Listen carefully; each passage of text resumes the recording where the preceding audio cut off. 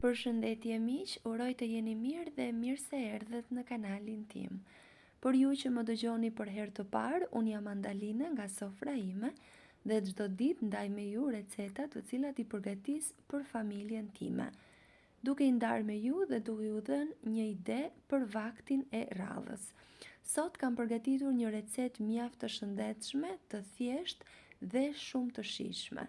Jam e sigurt që do bëhet e preferuara juaj, ndaj qëndroni me mua ta përgatisim bashk.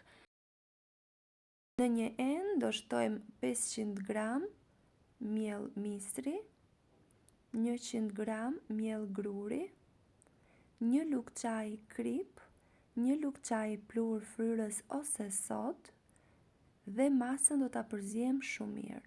Kjo është shumë e rëndësishme pasi përbërësit duhet të lidhen shumë mirë me njëri tjetrin, sidomos për pluhur fryrësin ose sodën që duhet të bëhet njësh me masën e miellit.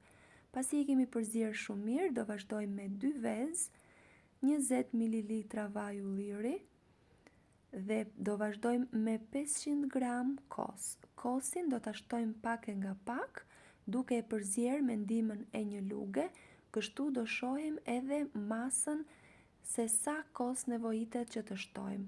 Mua më mori rreth 500 gram, por varet edhe se sa përthithës është mielli, prandaj ju sugjeroj që ta shtoni pak e nga pak duke e parë me sy.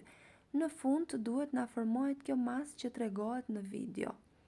Do vazhdojmë me djath, 1 karrot e grirë në rende, 1 kungulleshk e freskët e grirë në rende dhe masën do ta përziejmë shumë mirë.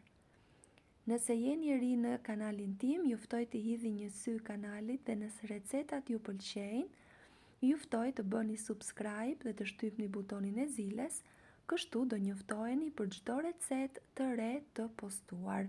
Çdo ditë postohet nga një recetë. Pasi e kemi përzier shumë mirë masën, e vendosim në tavën e pjekjes. Në sipërfaqe unë kam shtuar vaj ulliri, nëse dëshironi mund të shtoni edhe gjallë për më shumë shije, gjithashtu edhe fara të ndryshme si fara susami, lule dielli, kungulli. Unë vendosa që ta bëj në mënyrën më të thjeshtë duke shtuar vetëm vaj ulliri. E pjekim në 200 gradë derisa të jetë gati, pjekja gjithmonë në varësi të sobës që keni. Shikoni pak se çfarë ngjyre ka marrë, është pambuk I butë në brendësi, pak krokant në sipërfaqe dhe ka një shije dhe një aromë fantastike.